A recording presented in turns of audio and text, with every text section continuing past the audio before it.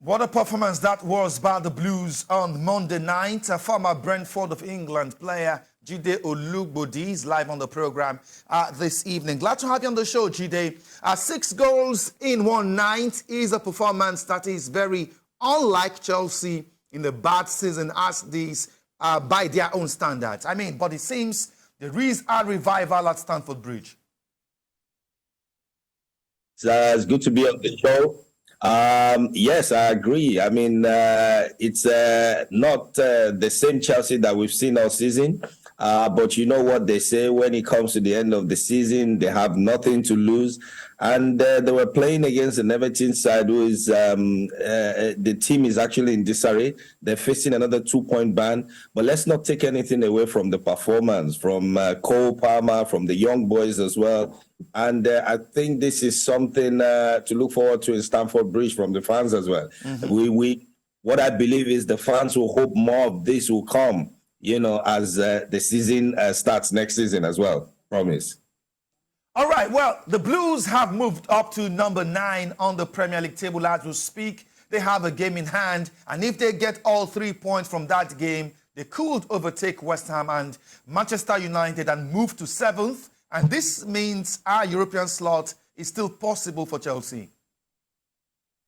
Oh, yes. It's not over until it's over. That's what they say. Like you said, there's a game in hand, and it's all about momentum coming to the end of the season. And you can see now with this game, 6 goals in a game, it's a lot of confidence, for the players as well. Even for the coach, he probably knows now or feels that he's getting some things right.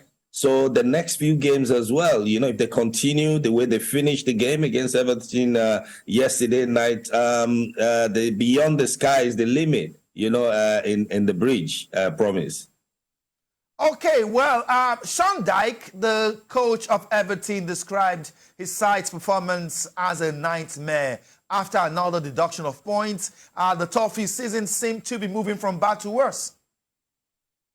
Oh, yes. If you go to the bridge on any day, what you don't want to do is concede 3 goals in the first half. The way they played, even the national goalkeeper as well was a culprit, giving the ball away. They were in disarray. I couldn't believe what I was watching, that it was a Premiership game, conceding so early like that, and giving so much ground to the young boys from Chelsea. So yes, Sean has a right to comment, and I think it's just a whip up and a wake up call for the players, just to let them know, look, guys, we're not relaxing. We're in a relegation dogfight here, guys. Come on, roll your sleeves and forget all the good things, and let's go and fight. I think that's the rally cry that he's giving to the boys yesterday, and I hope for his sake the boys respond to that.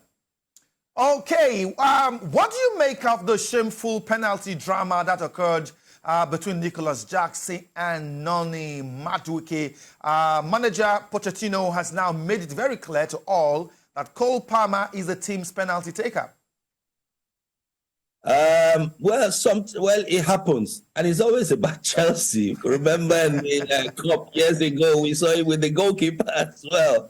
I think it was just youthful exuberance from Jackson and Madueke. Madueke wanted to get on the score sheet. Jackson wanted to increase his tally because he's going to be judged by goals at the end of the season, no matter how he plays. He's a striker. And you've got Cole, who's already scored 3, who they're thinking, look, guy, you've got enough today.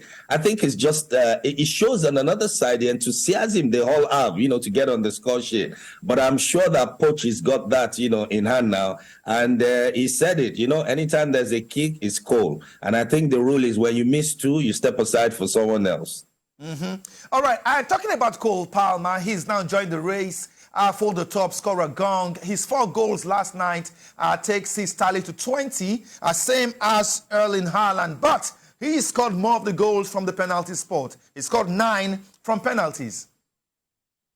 Oh, yes. But we've been there. Penalties are not so easy to score, in football games as well, especially when you're playing away, you're playing home, the burden of the team is on your shoulder. So don't take that away from him as well. Yes, I agreed some of them are penalties, but Cole is actually a fantastic player. He's a super talent.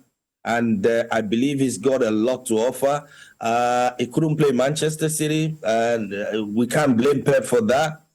Because there's always the club and the player. Will he be patient enough? Wait for your time. He wasn't. He took his chances, came out of there, and good luck to him. I think he's a talent. He's exceptional, and he's playing fearlessly now. He's got everything for him. So I believe that next season we'll probably see, the best of him as well if he keeps his feet on the ground and the crew of people he keeps around him. That's very important for a young player, I promise. Mm-hmm.